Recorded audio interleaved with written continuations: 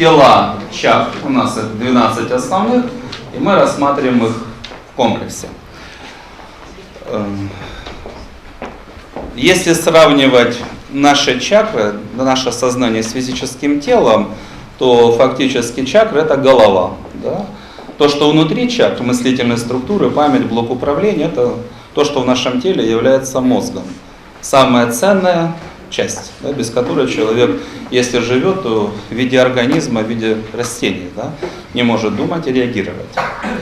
И это самая защищенная часть. Да, там, череп, да, кожа, да, вот фактически тело чакры, да, внешние оболочки чакры, они выполняют вот эту вот роль. Да, череп, там, кожа, то, что защищает. Фактически вот наше сознание, его сердцевина, то есть наше сознание, наша чакра, самое ценное то, что внутри. Чем мы думаем, да, как мы реагируем, ощущаем, вот оно защищается. Множество уровней защиты. Да, это капсула, дальше пошли там тонкие тела, там физическое тело свое добавляет, и дальше внутри, да, уже сами чакры. Вот тело чакры, оболочки, да, они выполняют какие основные задачи? Первое — защитить, да, чтобы извне там, кто ни попадя не топтался, не причинял боли, не ломал. Защитить, и второе — это крепление. Перегородочки, там все элементы, которые внутри, они крепятся к корпусу. Да, вот корпус — это тело чакры. Это основные функции, которые выполняет тело чакры.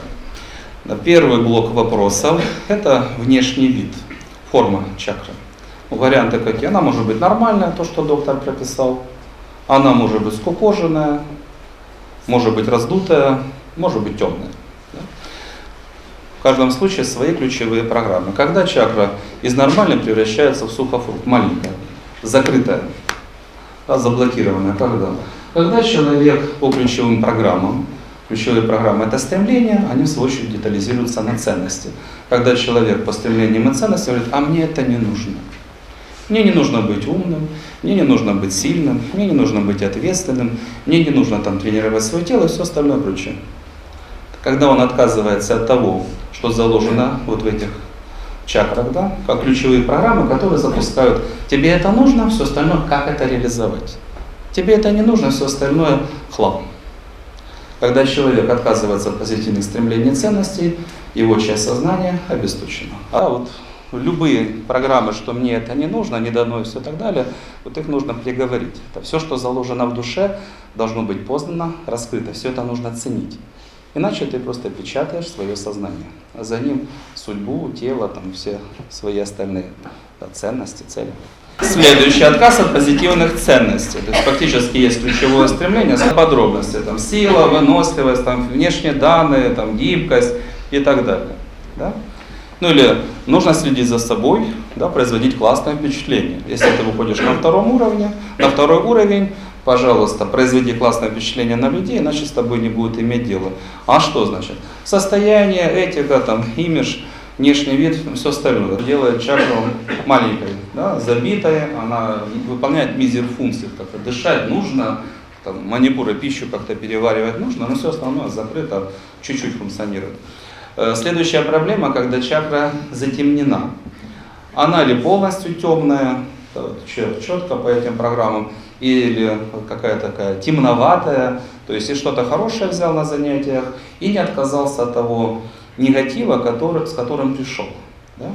В целом, когда чакра темная, то у нее там есть тумблер, переключатель, он стоит со знаком минус, чтобы она могла работать с негативными энергиями, как ее там выставил духовный родитель, ну или как ты выставил своим титаническим трудом. Да, родитель, может, светлый, но ты постарался, не нужна мне сила, не нужна мне ответственность, я буду там разгильдяем, да, и переключил в негатив. Да. Желательно, конечно, все тумблеры проверить, они должны стать в позитивном режиме, и все, что их переключает вниз, да, это опять же негативные стремления, негативные ценности. Все остальное, как это реализовать. Да, вот чакра становится темной, соответственно, там, подключение, воздействие, неприятности. Это номер один программы, это стремление и ценности. Все остальное, повторяюсь, как это реализовать. Когда чакра имеет ненормальный вид, она такая вот раздутая, вздутая. Основные причины, скажем, первая — гордыня, да, по которой мы пройдем. Суть в чем? Вот нормальная чакра Есть целевые установки, человек взаимодействует с окружающим миром, по реакции, он настроен на него. По реакции окружающего мира он что-то оценивает, делает какие-то выводы, стремится какую задачу решить? Негатив, да, убрать и позитивного отношения к себе, там, увеличение возможностей. Он решает вот эту вот задачу. Да, идти вперед и вверх. И он настроен на окружающий мир. Когда чакра раздувается, разбухает, когда он не настроен на окружающий мир, он вещь в себе. Он там внутри самого себя такой великий. Там такие гениальные события происходят в его чакрах, где все ему кланяются. На самом высоком мире кроне человек живет в своем внутреннем мире. Он боится взаимодействия с окружающим миром. А вдруг что-то не так? Закрытость и иллюзия. Закрытость не интересует реакция окружающего мира. Да что там они понимают, я все знаю. Программы могут быть разные, но у человека нет цели знания применять, получать результат, анализировать результат и его улучшать, да, вести, идти вперед и вверх и уменьшать там неприятности. У него нет цели активно взаимодействовать с окружающим миром. Дальше вопросы в основном будут касаться вот оболочки, да, ее качества. Первый блок программ по слабости, не могу, не дают. В основном воздействия будут какого плана? Чакра чем-то там перевязана, перемотана. Вот кто-то не дают, сам не могу, лишаю себя возможностям, или кто-то не дает.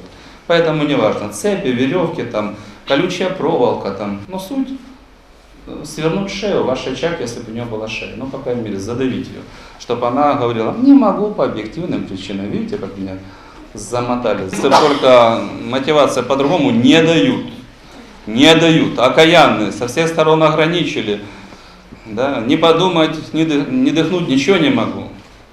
Да, как там говорят люди успешные, известные, трудности сделают вас сильнее, если вы не сдаетесь. Но чтобы окружающий мир начал улыбаться, должна быть поставлена соответствующая цель. А как он работает? Сама поверхность, ну, разная. В идеале она, конечно, чистенькая, плотненькая, сияющая, все хорошо. В плохом варианте, как вот в квартире, в которой 10 лет никто не жил. Мох, слизь. Это первая причина, негативное отношение к себе. Я плохой. Да? Не нужно усугублять ситуацию, что я плохой. Да, есть недостатки, так я над ними работал, поэтому я хороший. Я их признаю, они у меня все в очереди, я их уничтожаю. Поэтому я молодец.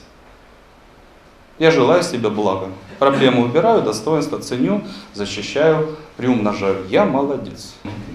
Потому, чтобы быть честным человеком, вообще-то нужно решить ряд задач.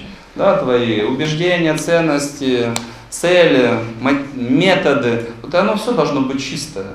Тогда все, что есть, можно говорить прямо в глаза, этим можно гордиться. Ты бесстрашен, у тебя хвост не дрожит. Да, вот когда у тебя выполнены определенные условия, не слабенькие, ты можешь быть честным. И ты, если с чем-то не согласен, будешь говорить только прямо, в присутствии человека, а не за спиной. Причем, еще разочек, по вот этим реакциям в большинстве случаев не важно, как ведет себя человек. Если он не прав, пожалуйста, найдите правильное поведение в соответствии с духовными законами. По крайней мере, номер один, не надо генерировать негатив. Да, ты должен быть спокоен, хранить самообладание и принимать решения на основе духовных законов.